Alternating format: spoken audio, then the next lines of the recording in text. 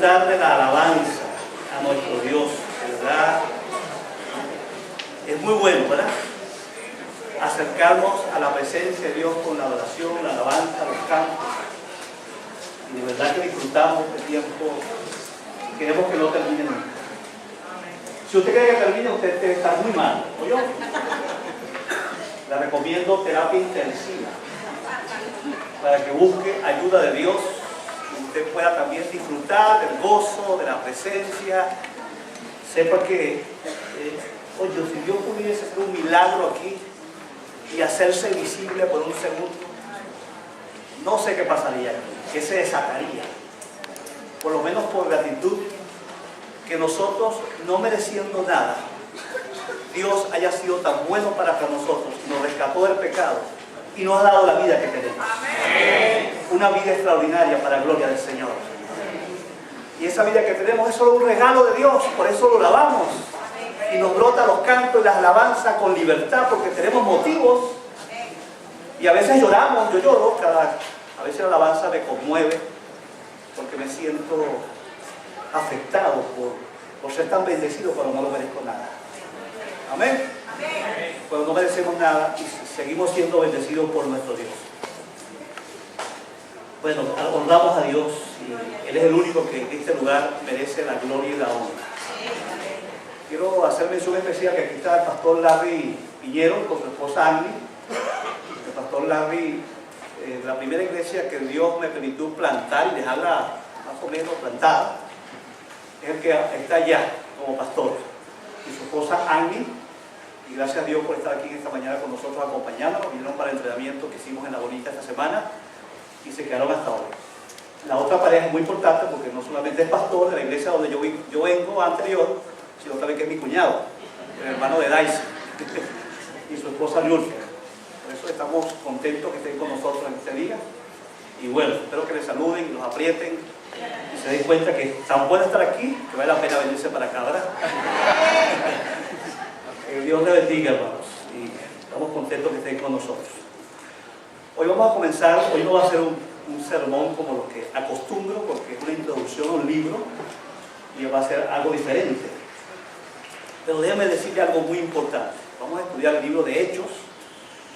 Comenzamos hoy el estudio de este libro que no tengo fecha de conclusión, porque solamente planificamos hasta marzo y no hemos planificado el resto del año, que quizás termine a finales del año 2016 o principio del 17. Termine el estudio de este libro. Sepan que hemos dirigido por el Señor estudiar en esta iglesia la Biblia por libros, y tenemos un sistema de estudio que comienza en la célula o en la escuela dominical, donde las personas, el texto que corresponde predicar aquí el domingo, primero se estudia en la escuela dominical y también se estudia en las células en la semana. Se explican los detalles, los hermanos participan, discuten, se hace un diálogo, y luego aquí el pastor predica el mismo texto, haciendo énfasis en la aplicación. La repetición no debe cansarnos, también la repetición debe ser una estrategia muy positiva para nosotros, porque es muy importante que nosotros fijemos, nos apropiemos, internalicemos la verdad de Dios. Y por eso vamos a darle duro, vamos a repetir la palabra para que nos quede. No deseamos estudiar la Biblia como un simple ejercicio, un programa de iglesia. Queremos que la palabra de Dios realmente afecte nuestras vidas. Que nosotros seamos transformados, cambiados. ¿Verdad que yo les he contado muchísimo de dónde vengo yo? Yo nací igual cristiano. Les he contado muchísimo, ¿verdad? Toda la vida estuve en la iglesia. Sin embargo, he cometido tremendas barbaridades en mi historia.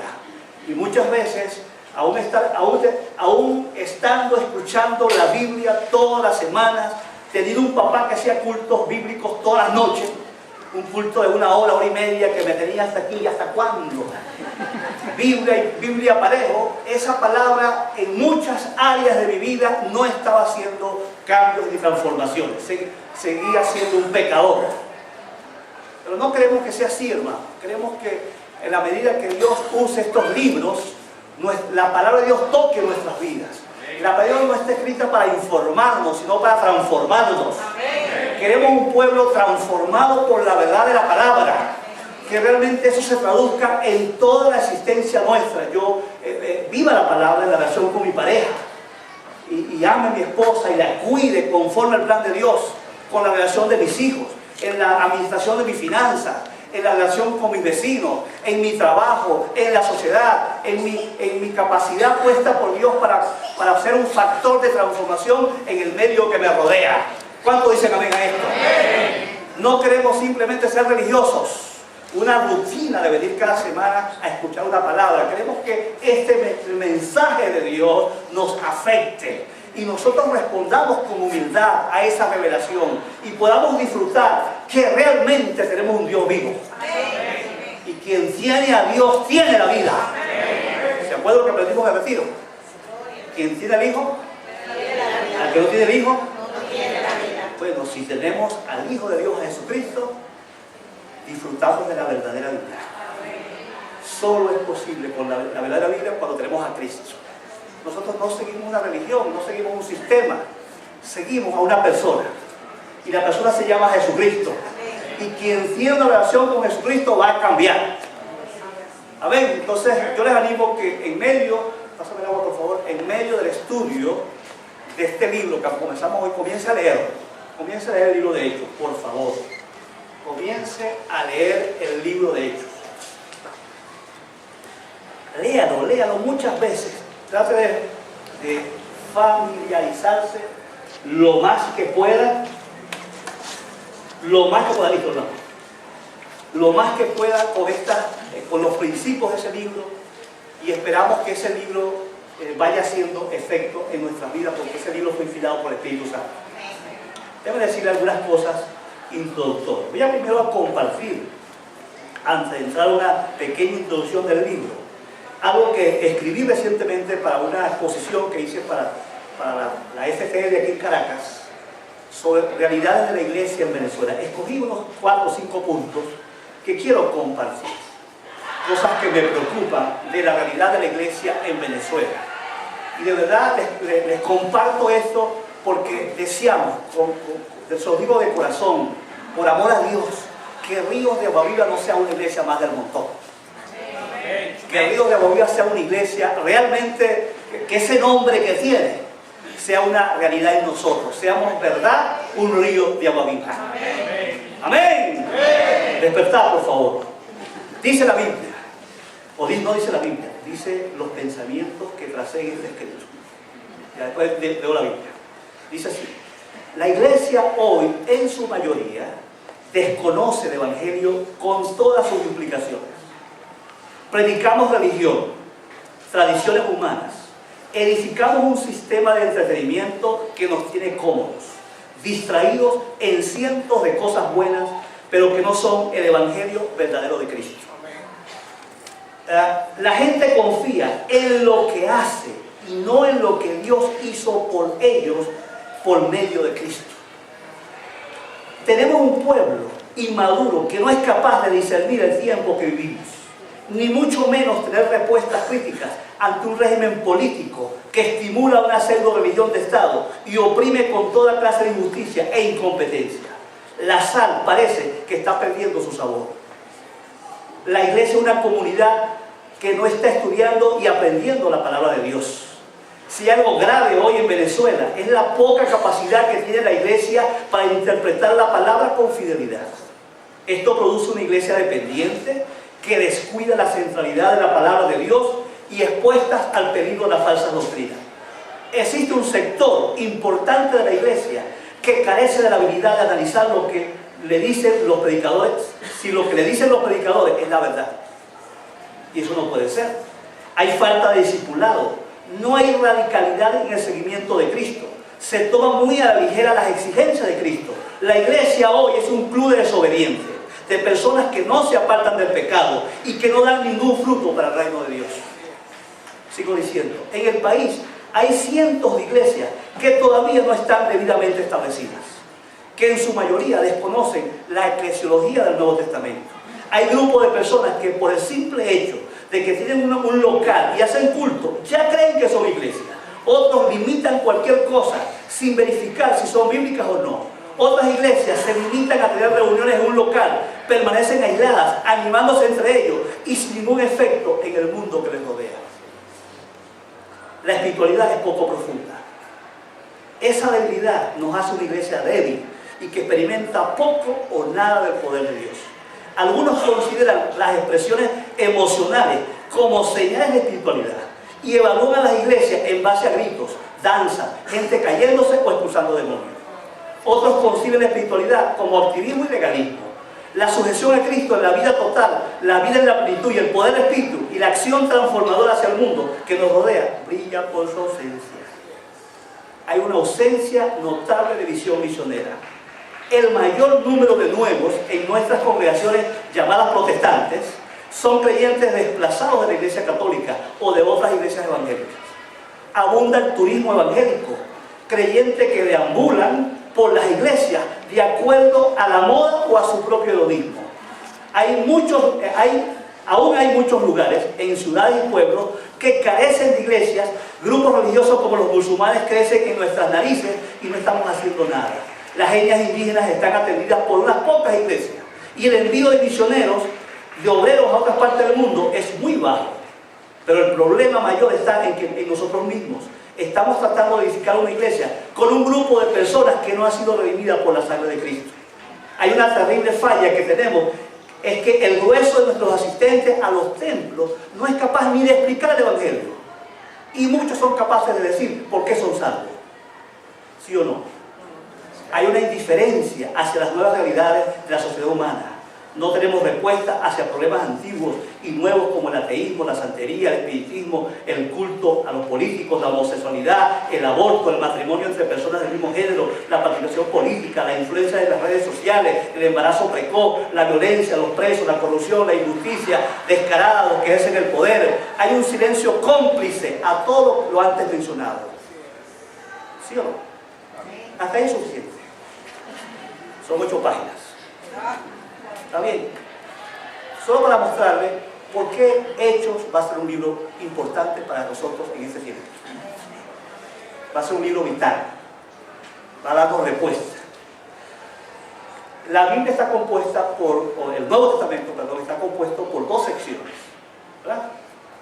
Bien claras. Están los evangelios, ¿verdad? Y están las cartas.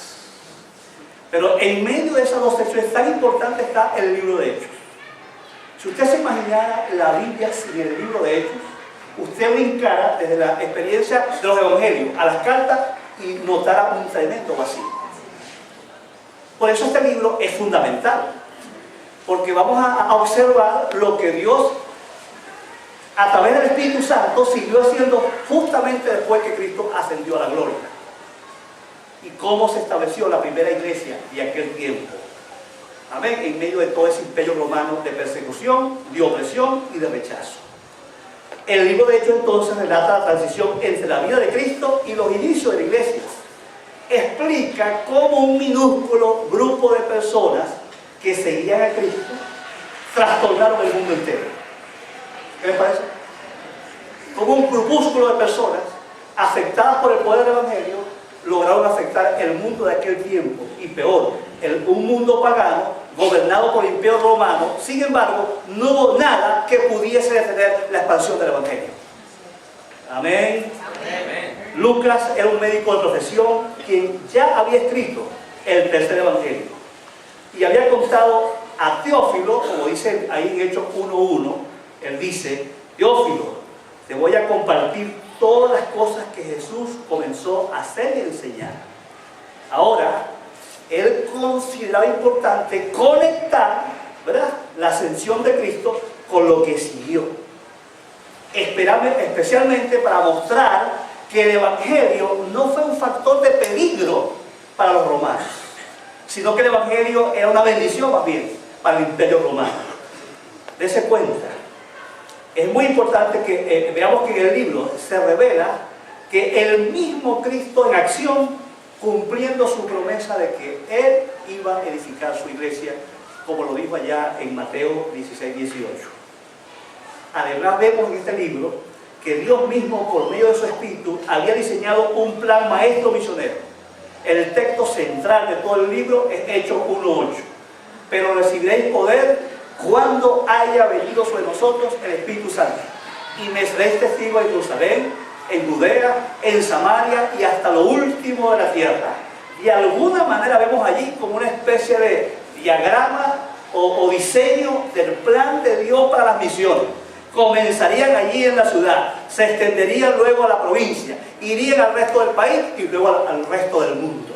Y ese diagrama lo vemos perfectamente ahí descrito en este hermoso libro.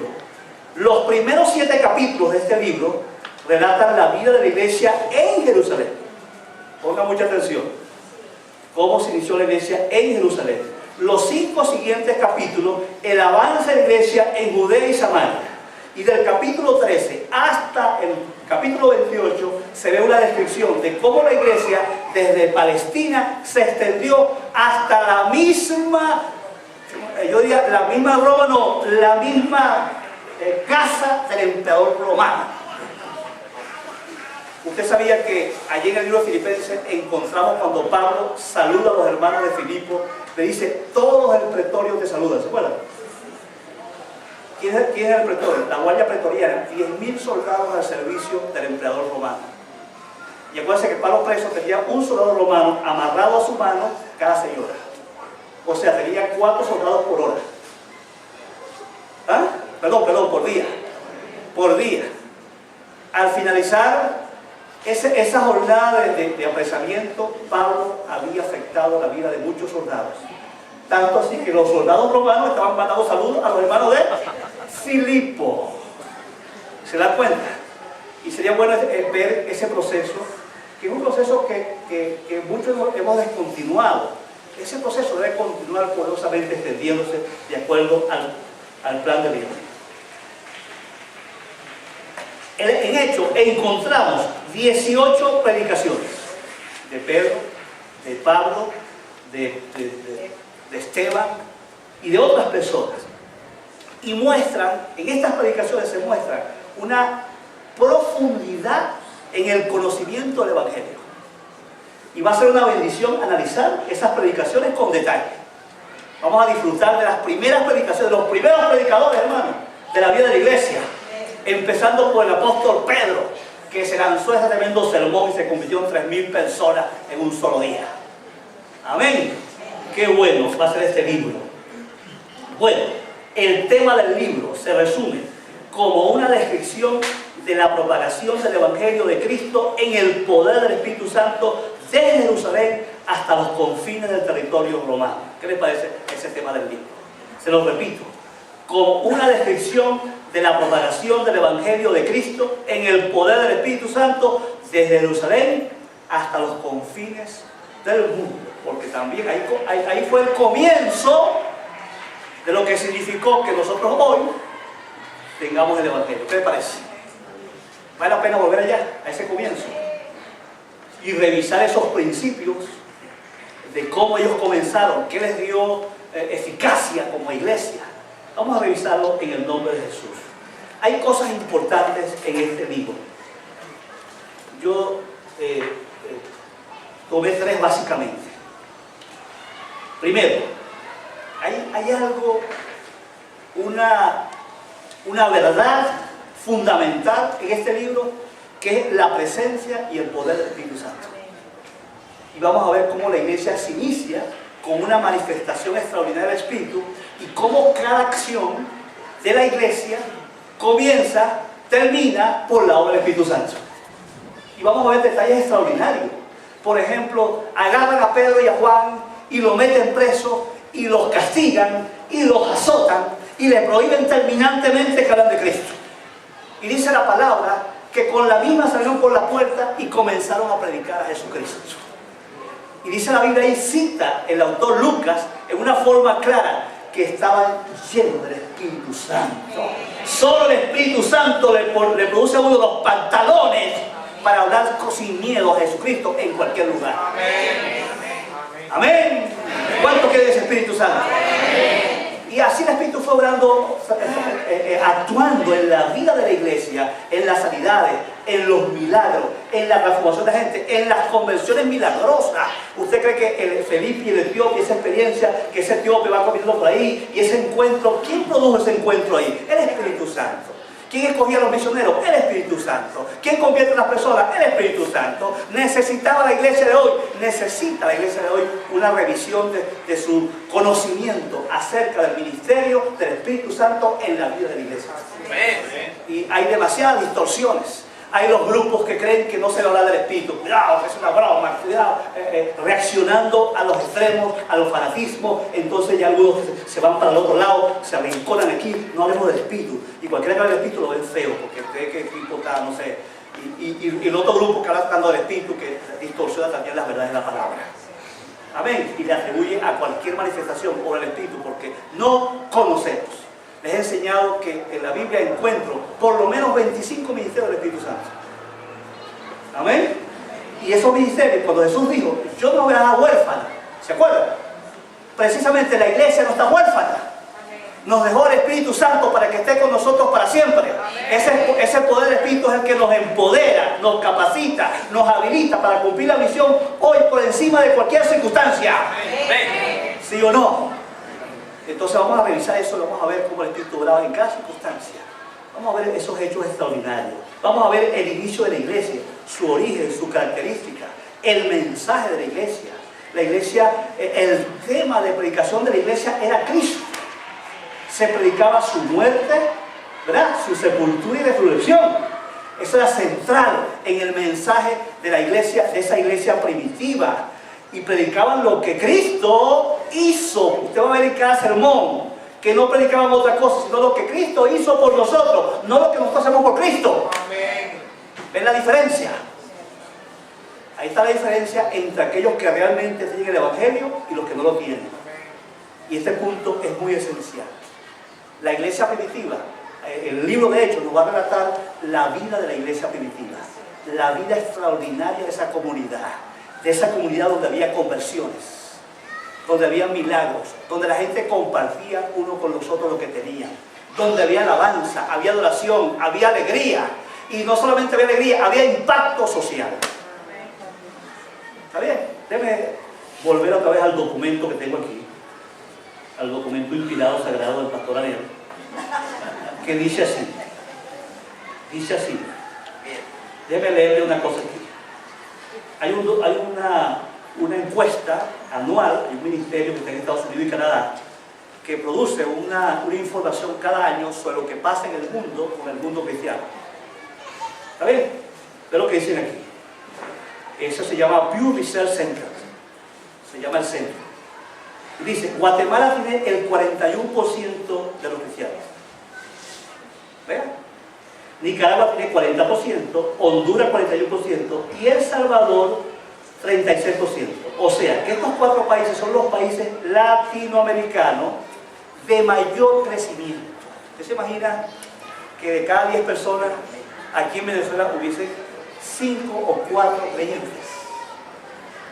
Se supone que debe notarse en la sociedad un impacto, ¿sí o no? ¿Cuáles son los países que aparecen en los 10 peores en delincuencia de América Latina? Esos 4, por supuesto Venezuela. Pero vamos para allá, para esto que estoy citando. Ya vamos a Venezuela, no te preocupes, ya vamos a ir a la paliza. Ve lo que pasa ahí. La inmigración más fuerte en América Latina, ¿dónde está? ¿De qué países salen? De esos países. ¿Dónde están las pandillas más poderosas? ¿Dónde salen? De esos países. Pero ¿qué pasa con esa iglesia que ha crecido tanto? Me dijo el pastor Francisco Líbano, que le creo, que él le consta que Ciudad de Guatemala, por cada 10 creyentes, 10 personas, 5 son creyentes. Que él no lo creía y salió por la calle a preguntar a la gente, ¿tú qué eres? ¿Tú qué eres? Así. Y él dijo, en mi encuesta personal verifiqué esa verdad. La mitad de las personas dicen que son creyentes. Pero ¿qué pasa? Usted vio cómo el presidente lo despojaron de su investidura. Vea la corrupción de esos países. Guatemala ha tenido ya 2 o 3 presidentes que dicen que son evangélicos y son unos ladrones. ¿Va conmigo? Lo quiero llevar. ¿A dónde vamos? ¿A dónde vamos? Se supone en la iglesia primitiva la acción de la iglesia producía un efecto social y transformaba el mundo que le rodeaba. Al evangelio de hoy le falta algo, porque la iglesia está creciendo en número. Vea, usted ve por televisión esos grandes templos, ahí usted ve por televisión esos grandes edificios, mayormente ¿dónde son? De Centroamérica. Hay iglesias en Centroamérica de 150.000 personas en El Salvador. El culto el domingo de la iglesia de Elín es en el Estadio Nacional. Y meten 150.000 personas en el estadio, abajo y arriba. Y contratan todo el servicio público de la ciudad para llevar a los hermanos a la reunión. Pero El Salvador es un país crítico. Ahora, ¿qué pasa con Venezuela? Debería ser que la iglesia venezolana, que ha crecido hasta 17%, eso significa más o menos 6 millones de creyentes en Venezuela, no debería haber un efecto social. Bueno, pero yo conozco políticos, entre comillas, cristianos, que roban como todo el mundo. ¿Verdad? Aquí, de los diputados, debe haber por lo menos una docena que se llaman cristianos. ¿Cierto? Y yo no escucho ni una declaración. ¿Va conmigo? Ni una declaración que diga, estoy en contra de esa ley que acaban de meter ahí sobre adopción de niños por las personas que tienen tendencia homosexual. Yo no creo, no estoy de acuerdo con eso. Es una distorsión al plan de Dios para la familia, según la Biblia. ¿Verdad? Y eso significa que yo rechace a ellos. Pero lo primero que pienso es que uno rechaza, que uno es intolerante. No, pana. Yo le he dicho ya que tengo amigos homosexuales, con SIDA. No tengo problema con eso. El problema es que yo no puedo predicar otra cosa sino lo que dice la Biblia. Amén. Yo tengo que predicar el mensaje de la palabra. Y lo que estoy diciendo aquí es que la iglesia primitiva causó un impacto social. Y dice la Biblia que todo el pueblo ganaron el favor del pueblo. ¿Usted se imagina que todo el mundo dijera, queremos que los evangélicos gobiernen? Amén. ¿Qué le parece eso? Pero no ven nosotros respuestas. La voy a sacar a correa. No ven en nosotros respuestas. No es un grupo ahí, un grupo escondido. La iglesia primitiva no se escondía. Y por eso fue perseguida. Y vamos a ver que en este libro que ser fiel a Cristo hay que pagar un precio. Persecución, maltrato, rechazo, oposición. ¿Está bien? Decir la verdad hay que pagar un alto precio. Pero esa iglesia avanzó porque estuvo dispuesto a pagar el precio de seguir a Cristo. Tomó la cruz como había que tomarla. ¿Estamos diciendo amén a esto? En el nombre de Jesús. Obviamente que una clase de iglesia así es la que se va a expandir y la que va a ser posible que un país cambie para la gloria de Dios. Y esperamos que el mensaje de hecho cause impacto en nosotros, nos transforme, nos haga diferente, veamos el mundo diferente. No pongamos las esperanzas en partidos políticos, por favor. El pueblo de Dios, si cambia, tiene capacidad para hacer cambios, sin partidos políticos. Usted sabe lo que hizo Guillermo Caret en la India. Tradujo la Biblia a 40 idiomas. Fundó más de 100 escuelas. Eliminó en muchas partes de la India la quema de las niñas. En varias culturas quemaban las niñas. ¿Verdad? El evangelio que llevó transformó sociedades. Y no era un político, era un misionero. Las comunidades que plantaron fueron haciendo cambios sociales en la salud, en la educación, se establecieron las escuelas, en el desarrollo social, en las empresas. Porque había creyentes ahora, yo espero que aquí los que son empresarios manejen las empresas con honestidad, con integridad, con justicia, paguen sueldos honestos, no importa lo que paguen otros. Los hijos de Dios somos fieles a la ley y respondemos y confiamos que Dios, cuando somos fieles, Dios nunca nos va a fallar. ¿Sí o no? Pero muchas veces porque no le creemos a Dios. Los apóstoles y otros líderes, vamos a estudiarlo en este libro, vamos a ver la vida de Pedro. Tenemos mucho que aprender de Pedro, tenemos que aprender de Esteban, tenemos que aprender de Bernabé. ¿Se acuerdan de Bernabé? No hay un hombre más excelente como Bernabé, y muchos de nosotros no sabemos una papa de él. ¿Verdad? José, cuando le digo a los hermanos cuál es el mentor más excelente, y todos corren para Pablo. Cuando digo José, ¿quién es José? Llamado por los discípulos Bernabé, porque su ministerio era de consolador, de ser un mentor. Era un hombre que creía en los débiles. Fue el hombre que agarró al apóstol Pablo cuando nadie creía en él y lo presentó y lo apoyó y lo auspició hasta que Pablo agarró vuelo. Y después que agarró vuelo lo soltó y estuvo dispuesto a sujetarse aún a su autoridad. Extraordinario el trabajo de Bernabé con Pablo y también con Juan Marcos. Cuando el mismo Pablo se equivocó y rechazó a Juan Marcos, fue Bernabé quien lo recogió y lo levantó. Y después vemos en la carta de Timoteo que Pablo dice: Bernabé me es útil, mándamelo. Perdón, Juan Marcos me es útil, mándamelo. Necesitamos en la iglesia gente así. Y el libro tiene cosas maravillosas que vamos a estudiar. ¿Se van a animar? ¡Sí! ¿Verdad? Aún los que se van, ¿qué vamos a hacer?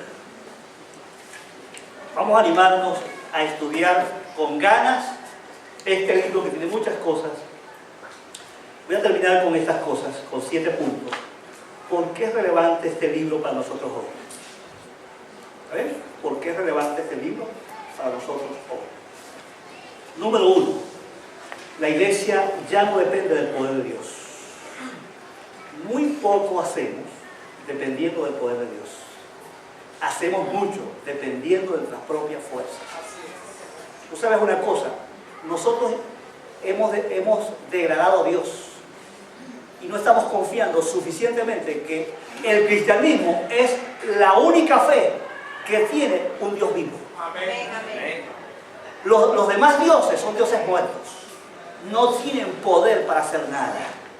Solo el cristianismo tiene un Dios vivo que tiene poder para actuar en la historia humana, actuar en esta historia. Aquí la mayoría o muchos de los que están aquí deben ser capaces de decir: yo soy un testimonio vivo, que el Dios al que yo creo es un Dios vivo, un Dios que tiene poder, un Dios que me sacó del pecado de la muerte, un Dios que me liberó, un Dios que me hizo pensar, repensar el matrimonio, repensar lo que es el Padre. No es ese Dios.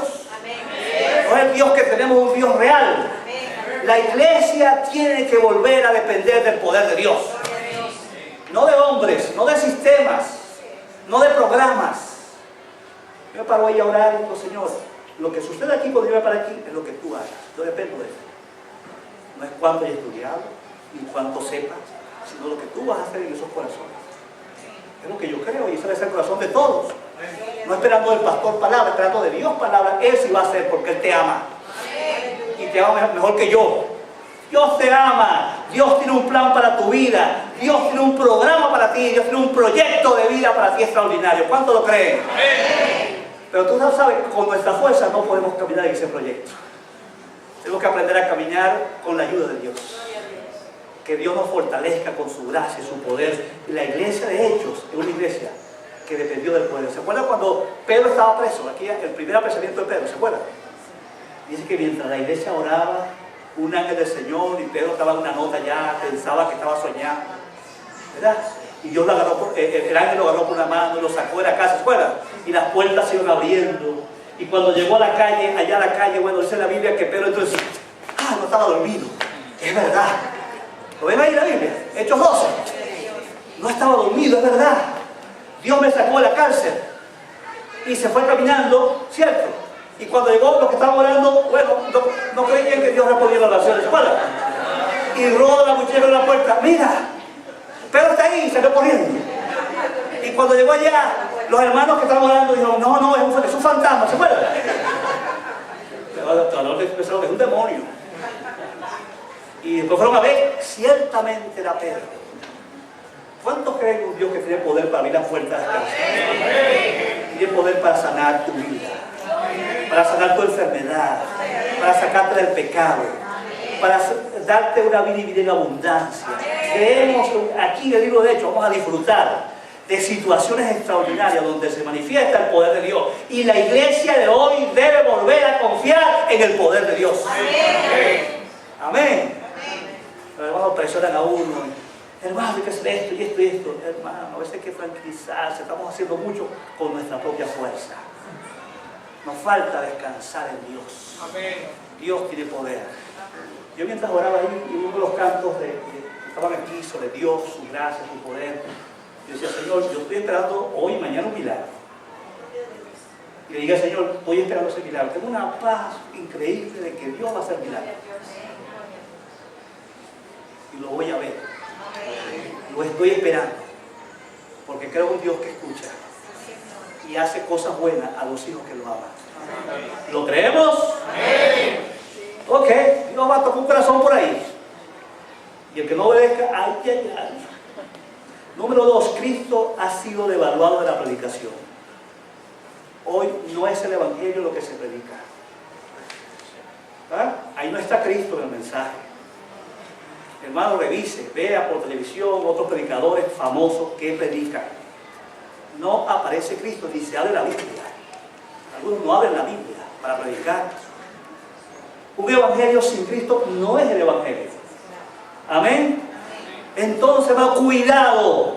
El Dios de hecho nos va a recordar que nuestra misión al predicar el mensaje no puede de ninguna manera quitar a Cristo de su lugar central. Amén.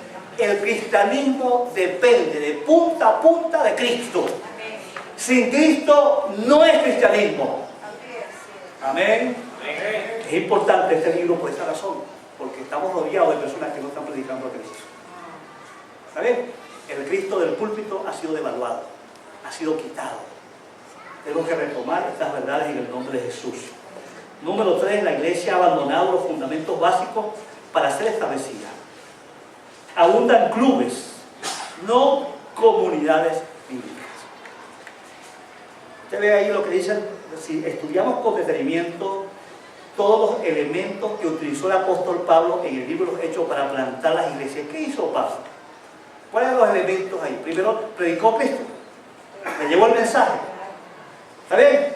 O sea, que una iglesia bíblica predica. ¿Va conmigo? Una iglesia bíblica predica el evangelio a otras personas. Bueno, pero hay muchas iglesias de hoy que no le importa, o muchos creyentes aquí sentados, eso no es conmigo, ese es con el pastor que debe predicar. Si usted está aquí en la iglesia de Cristo y no le importa compartir el mensaje, usted no parece que no pertenece a la iglesia de Cristo, pertenece a un club. Pero los que somos de Cristo tenemos un sentido de compromiso con compartir la bendición que recibimos en Cristo. Amén. Tenemos que volver al Nuevo Testamento y darnos cuenta qué caracteriza una iglesia madura. Número 2, ¿qué otra cosa hacían las iglesias primitivas? Enseñaban la palabra. ¿Se acuerdan? Estudiaban la Biblia. Dice en grupos pequeños como en grupos más abiertos. Los sábados, dice Pablo, salía a las plazas, a las orillas de los ríos, donde la gente se amontonaba, los mercados, y ahí en los lugares visibles le predicaba a Cristo a la gente y también enseñaba la palabra. Por eso, hermano, que si esta iglesia va a ser una iglesia bíblica, aquí nadie está exento de comprometerse en estudiar la palabra. Si tú no estás estudiando la palabra regularmente, no has entendido qué es la iglesia. Amén, iglesia. Amén. Una iglesia bíblica interpreta en comunidad la palabra y la aplica a su realidad social. Amén. Todos nosotros necesitamos sabiduría bíblica para la vida. ¿Sí o no? ¿Y es de vez en cuando? ¿O es para todo momento? En cualquier lugar. Mira, hermano, los conflictos de pareja necesitan sabiduría, ¿sí o no? ¿Usted sabe lo que demanda tener un muchacho hoy? ¿Tú crees que no me ha pasado por la mente, Señor, si yo he estado sin hijo, no hubiera sido mejor? ¿Ah? Me ha pasado por la mente. La cosa es apretada. Dios me ha puesto un sentido de compromiso con mis hijos, y yo cuando veo que no responden me angustio. Pero en la palabra de Dios están esos principios que yo necesito para que minuto a minuto yo pueda responder a los desafíos de la vida cotidiana. Nos vamos a enfermar. Los seres queridos se van a enfermar. ¿Sí o no? El sistema, la delincuencia va a crecer. ¿Sí o no? La inseguridad, muchas cosas, ¿no? Y todo eso nos va a afectar. Si no estoy creciendo en Cristo, en el ámbito de estudiar la palabra cada semana, no tengo recursos para responder.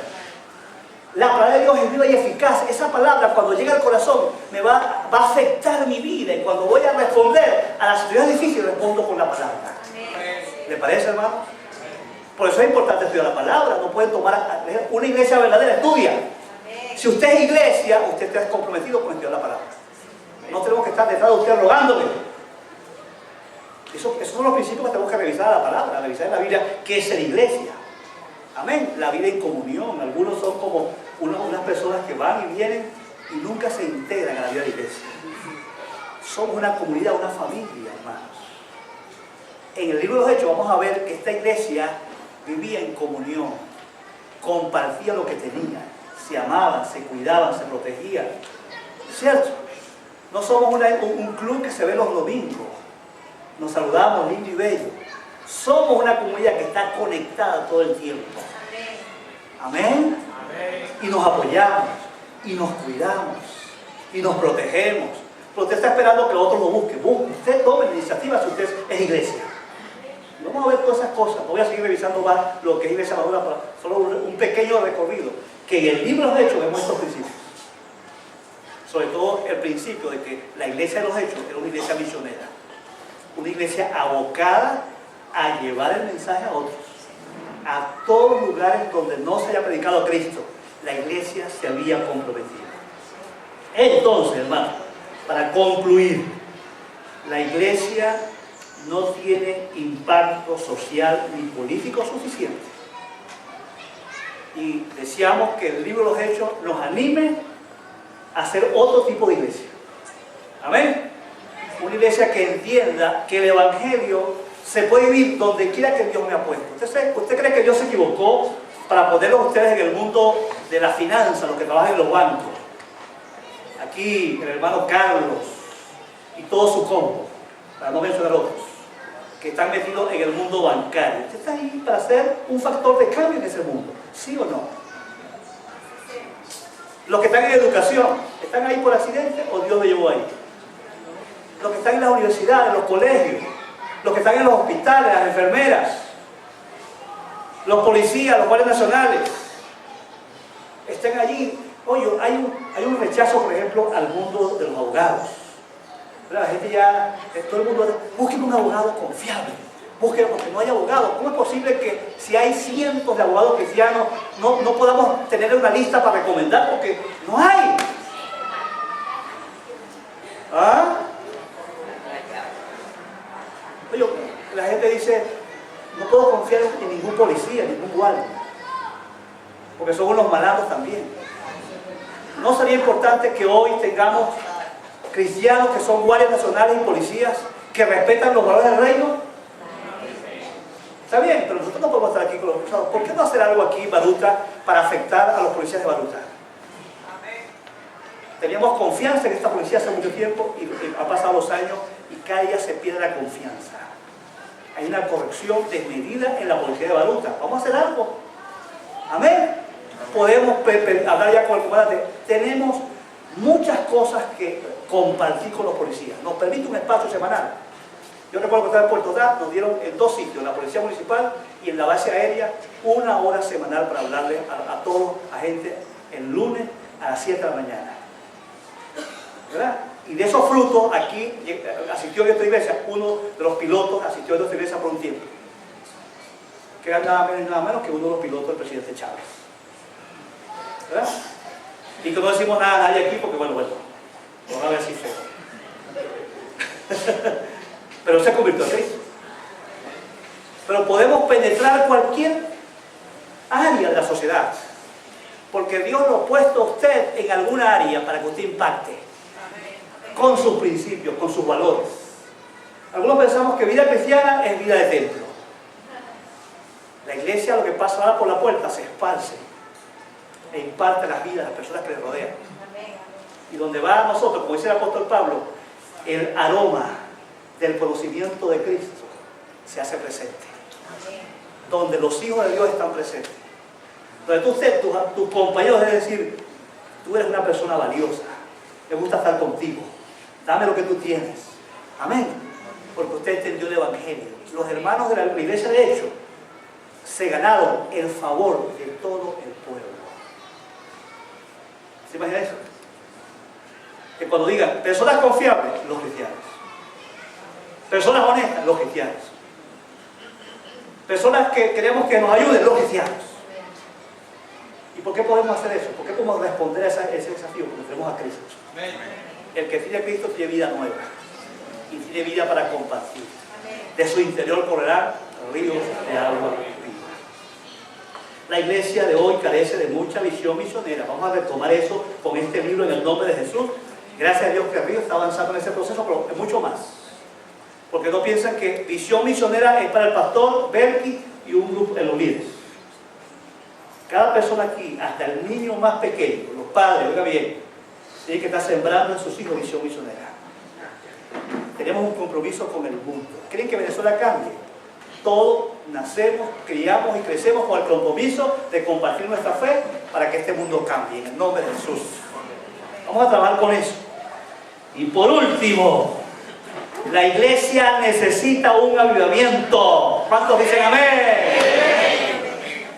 Hay algunos que provocan agarrados así ahorita, salir uno por uno y agarrados así por el cuello y jamaqueados. ¿O no? ¿O no? Vamos a ver si hay un valiente aquí que me dice, pastor, yo necesito un jamaqueo. Vamos. Hay uno que levantó la mano así con miedo. Aquí está uno, gloria a Dios, allá está otro. Allá está otro. ¿O no es cierto? No hay avivamiento sin arrepentimiento. El mensaje de hecho metía el dedo en la llaga en el arrepentimiento, en un cambio de actitud, un cambio de mentalidad. Tenemos que cambiar, todo cambia cuando reconozco que soy un pecador y que estoy apartado del plan de Dios. Amén. Y rompo con esa tragedia de vida que llevo hasta ahora, de pobreza, de derrota, de adicción, no sé de qué será. Y en el nombre de Jesús me levanto y creo por fe en lo que Cristo hizo por mí. Y Dios produce en mí una nueva pasión, un nuevo compromiso, unas nuevas ganas de vivir para la gloria de Dios. El libro de Hechos es un libro de avivamiento. Uno ve una iglesia llena de vida, de fuego, que impactaba por los cuatro costados a todo el que le tocara. Y Dios los agarró y los hizo perseguir y se fueron por todo el mundo, fueron a parar a Roma. Y no hubo pueblo donde el evangelio no llegara, por gente que estaba avivada, que tenía vida. Tenemos que orar, Señor, aviva a tu pueblo, despiértalo, sácalo de su letargo, de sus mentiras. Queremos volver a los principios de la iglesia primitiva. Que este libro de verdad sea de bendición para nosotros. Vamos a comprometernos todos, por favor, todos vamos a comprometernos a estar orando, para que Dios derrame su espíritu, para que seamos tocados con poder y nuestras vidas puedan cambiar y la iglesia de Cristo pueda hacer un efecto real, visible en la vida de Caracas, para gloria del nombre de Dios. Amén. ¿Cuántos levantan la mano de corazón que van a estudiar el libro de Hechos con ganas? Para gloria del Señor. Amén. Vamos a orar.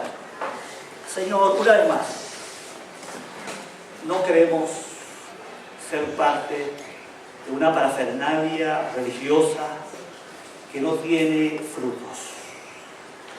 Una vez más, Señor, queremos de verdad, de corazón, que este proceso, este nuevo libro que empezamos, cause un cambio real y evidente en nuestra iglesia, para la gloria de tu nombre.